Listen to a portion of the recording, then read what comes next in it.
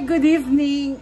Today I really don't have a plan to cook, but the problem here is that I need to think about what I'm gonna cook for my husband's lunch tomorrow. And ngayon, kaninang dinner, gumawa po ako ng taco. Kaya lang iniisip ko kung gagawa ko ng taco tomorrow sa kanyang lunch, ang problema, kasi kinainan niya, hindi nga niya naubos yung isa.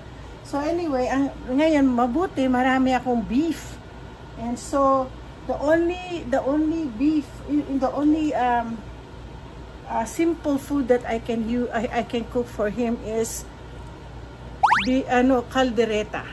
Pero wag niyo kayo umasa sa akin dahil ang caldereta ang gagawin ko hindi yung super gawang-gawa. Gagamit po ako ng caldereta mix. Ayoko sana po mag-vlog, kaya lang sige, pakita ko na lang sa inyo yung nagmamadaling pagluluto ng caldereta. Gaya na sinabi ko, ito pong gagamitin kong caldereta spicy. Ito si Mama Sita. Si Mama Sita ang aking best friend sa kusina. So ito na po, mabilisan lang po ito kasi ayoko gusto ko si kumain ng rice ang asawa ko sa lunch niya bukas. At saka ito lang po ang nagustuhan niyang luto ng mga Filipino. Saka meron kasi akong chuck roast. Pero hindi ko po to iluluto lahat. Kunti lang, parang nag-iisip kung lulutuin ko ba lahat o hindi. Sa tingin ko lutuin ko na rin para may-share ko naman itong food.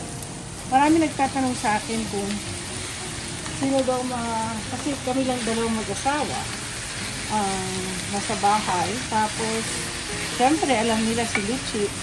Pinashare ko sa Luchi itong food.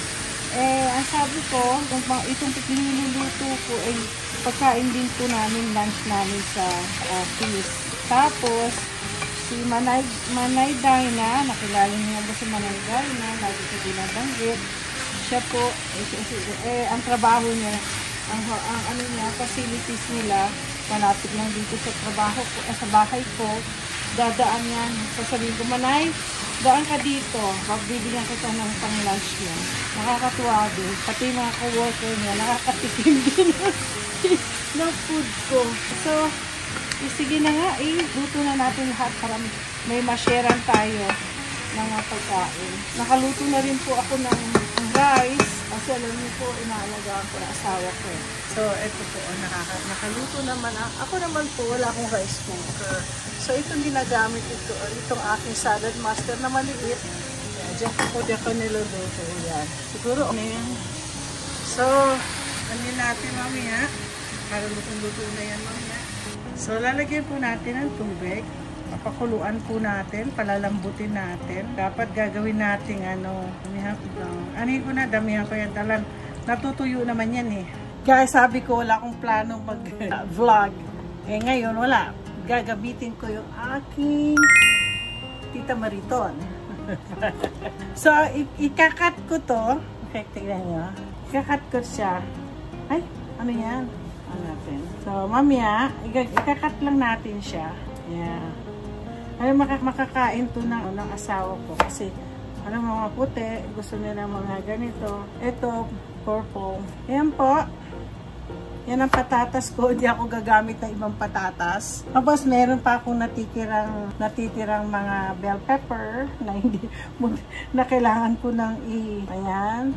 Alam niyo, ayoko kasi yung katkalat ang aking So, ayan.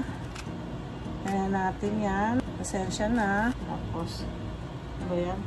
I can't wait for my bell pepper na okay. So, sa caldereta, hindi ko po siya yung cubes, stripes naman ang aking paggawa. Ayan. Tapusin ko na lang ito mamaya. Sabi ko strip, hindi na. Kailangan ko pala i-cube. So, ito lang po mga gulay na i-include ko doon sa kalderetang para sa asawa ko. Okay.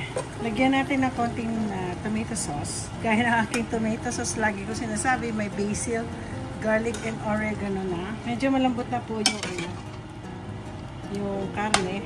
Tapos lalagyan po natin ng ito yung caldereta mix na. So, lalagay na ay, mali ako. Hindi pala dapat. Kasi ano na to, nilalagay ko na talaga yung patata. Hindi ko na nakalimutan ko. Baliktad ang aking ginawa. Pero madalas ko to ginagawa para sa asawa ko. Lagyan na lang po natin para madali siyang maluto. Ano po, ay aking tatakpan. Tatakpan ko. Yan. Tatakpan natin para madaling maluto yung patatas. Buksan na natin. Uy. Kailangan is, slow fire. Ang nagdikit, ano? Oh. Mabilis lang po kasi maluto yung potato. Malilit lang kasi po yan.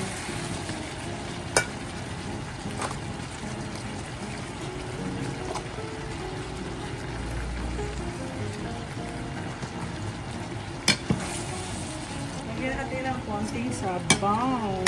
Masarap kasi ang sabaw ng caldereta. Ayoko siyang dry.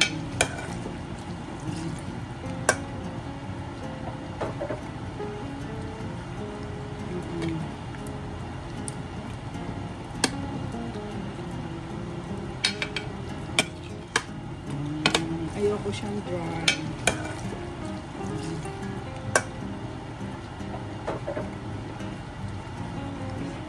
Takpan natin ulit. So, finally, siguro luto na to. Ayan siya. At least may sabaw-sabaw siya. Maganda po kasi siya pag sabaw. O, diba? Off ko na siya. Ayan ako yung aking kare-kare for my hubby's lunch. Since this is for my husband's lunch, so, ang ginagawa ko po, rice ako. Actually, ayaw niya po ng basmati rice. Gusto niya yung regular rice. Na-wear down daw siya yung, kasi kinakain ko po, isang basmati rice. So, anyways, lagyan natin yan dyan. Tapos, nilagyan ko siya ng karne. Ayaw ko muna siya masyadong maraming karne kasi, alam niyo sa isang may Parkinson, hindi sila, dapat marami silang vegetable. So, yun po ang, so, di ho ba maganda? Ito mga iba kasi ito, pwede na namin lunch ito bukas. Okay? Ito po, yan na po, hindi ko natitikman. Yan ang lunch ng aking asawa bukas.